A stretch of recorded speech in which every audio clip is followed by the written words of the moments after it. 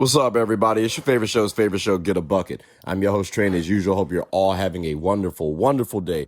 Today, we're going to talk about what makes a player complete. But before we do that, please make sure to hit that like and subscribe button. Comment, tell anyone about the show. Trying to get the ratings up a little bit, just a little bit. And if you wonder where you heard this before, that's because you've been listening with me Monday through Friday at 11 a.m. Eastern Standard Time. So I greatly appreciate your support. Now, what makes a player most complete? Well, we got to stop and think, just what does the word complete mean, right? I think a lot of times when people talk about complete, I've heard it really relating to the people who can score and pass in the game of basketball. And I understand that, okay? Usually you have people who either play make or score. Like typically people have roles. But if you can combine everything on offensive end into one person, people think that's complete. And I get that. I genuinely do, right? The game of basketball is based on roles, like I said. Here's my issue, ladies and gentlemen. And this conversation came up because of a post that I made where Ron Harper was talking about Scottie Pippen being the best small forward of all time. And I've also had gripes with some people on the GOAT discussion or how we view players today. Because again, I don't think it's a fair assessment to say, oh, this person's complete because they play, make, and score. Whether we're talking about basketball, football, like even tennis, like the game has two sides, offense and defense. In football, it's offense and defense. Basketball, offense and defense. Like there's so many, baseball, offense and defense. That's the criteria. That's the standard for being a complete player to me. Those who play offense and defense at an elite level, that means on the offensive end, we can throw the ball to you and you can get a bucket. Or on the defensive end, if someone's trying to get a bucket, guess what? You can prevent it at a respectable, at an elite rate. That's my definition, ladies and gentlemen, of what a complete player is. Like if we were to look at the NBA and the WNBA right now, point in time, I would say Victor Wembanyama is the most complete player in the NBA. Now, yes, we got Nikola Jokic. Yes, we have LeBron James. Yes, KD out there too, Steph out there.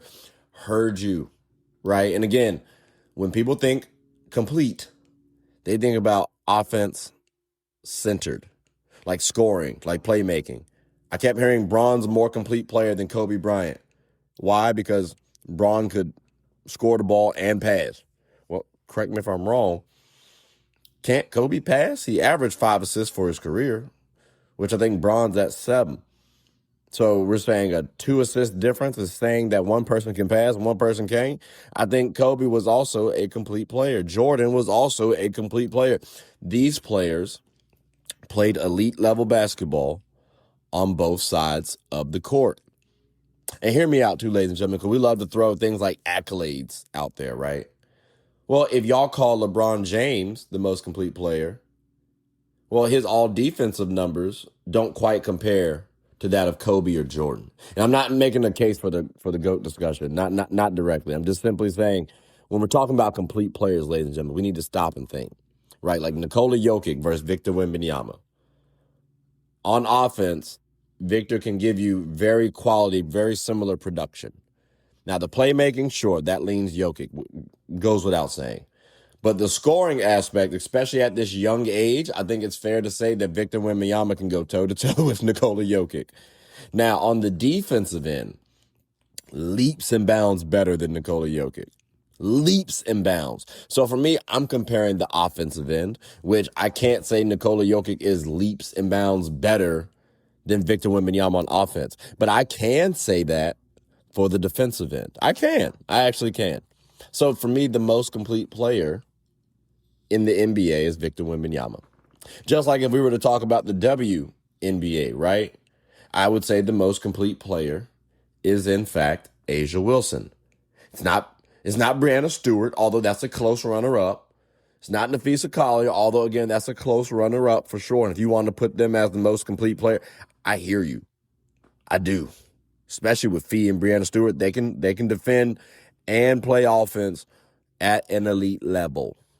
We'll talk about the rankings later. But mentioning someone like a Caitlin Clark or even a Paige Beckers right now, that's a little bit much. And I'm not making this a height thing because notice, right, I picked both centers for the game of basketball. Well, we could have also said that Scottie Pippen might have been the most complete player in the game of basketball during his tenure. Like, he could have been more complete than even that of a Magic Johnson, a Larry Bird. And it feels weird to say because, again, to say someone's more complete, it doesn't mean that they're definitively better, which ironically, people have tried to make that argument for Braun over Jordan. We're talking about versatility, right? But again, on offense and defense, Scottie was pretty daggone close on offense. Like he won't like Jordan, to be clear, right? Like the offensive game of some players are probably better than Scottie Pippen's for sure. But the defensive purpose, the defensive prowess that he had, it does make you think, well, I think he might. When I say leaps and bounds earlier, I don't think I would say he's leaps and bounds ahead of Braun or Jordan or Kobe or Kawhi defensively. But I think it's fair to say he was better than them defensively. I think that's fair. Like, there's not much that Scottie Pippen couldn't do in the game of basketball. And again, when we're talking about complete players, I mentioned those accolades. Scottie right up there defensively. He higher than even that of Braun, KD, Bird, Kawhi. Like, there is an argument to be made when we're talking about complete players, ladies and gentlemen. And we got to change that narrative because, again, the game of basketball is not just offensive centered. It encompasses offense, wait for it, and defense. My show is called Get a Bucket. But in order to learn how to get a bucket, you got to learn how defense are trying to stop players from getting the bucket. That's another element to the game. Learning how defenses move. That's important. Also, if you're an offensive-minded player, I would expect you to be a little bit decent on defense. Because if you can see an offensive opponent and you can see them doing some moves and maybe it resonates with your game, you at least got to come up with a game plan on how to slow you down. That's my personal opinion. So again, ladies and gentlemen, I'm here just to dispel this narrative that a complete player is offensive centered. And we got to cut it out. We got to cut it out. Because I don't understand why an elite level player on both sides of the court is not viewed as the most complete player. And again, I ask you, if you focus on points and assists, which I keep hearing constantly and it's annoying, if that's all you focus on, you're shortchanging yourself. You're too focused on things that, yes, matter, but don't tell the entire story. People love to overlook context a lot of the time because it fits their narrative.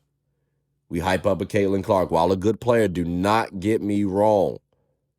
There's some aspects to her game that need to improve. Just like a lot of players too, by the way. But we focus on the assists and numbers, score. Me, I'm a Paige Beckers fan. Y'all know that. So I focus on points, assists, turnovers, efficiency. But that's what matters in the game of basketball. But also defense, effort. Who are you guarding? These are things that matter, ladies and gentlemen. So again, for me, and I think for you as well, you should focus on those two-way players who produce at an elite level.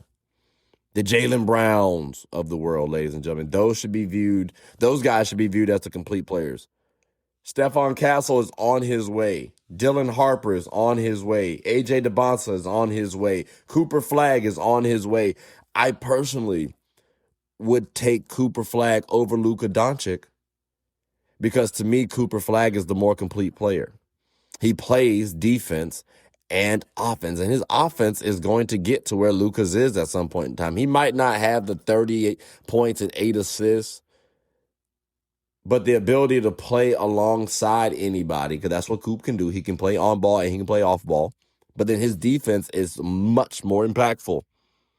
So again, that's how I'm viewing a complete player. And those are the players that I'm looking to prioritize.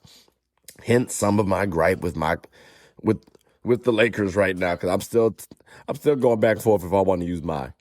But ladies and gentlemen, y'all have heard my stance, y'all heard my gripes. I've used different cases. Like I can honestly say, let's take it back a little further. I can say Larry Bird was a more complete player than Magic Johnson.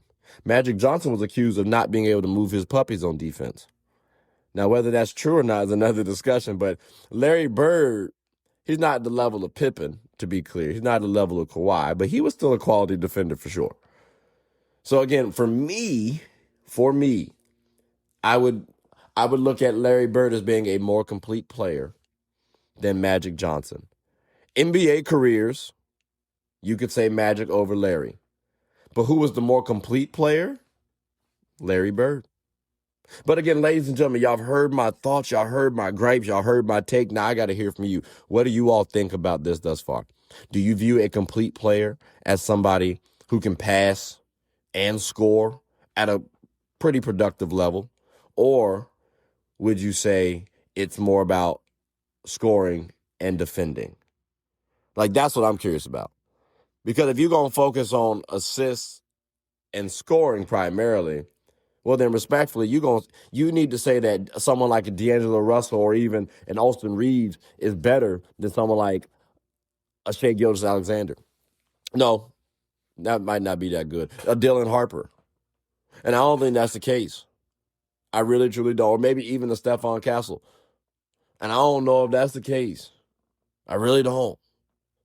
Especially because them boys is younger too, so they're gonna be looking smooth. But again, ladies and gentlemen, that's just to give you a little example, a little context, just something to think about. But I want to hear y'all thoughts. But ladies and gentlemen, boys and girls, that does conclude the end of the episode. So please make sure to like, subscribe, comment, tell anyone about the show. My name is Trey. I'm the host of Get a Bucket. I hope you are all having a good one. Go watch the WNBA. Take care.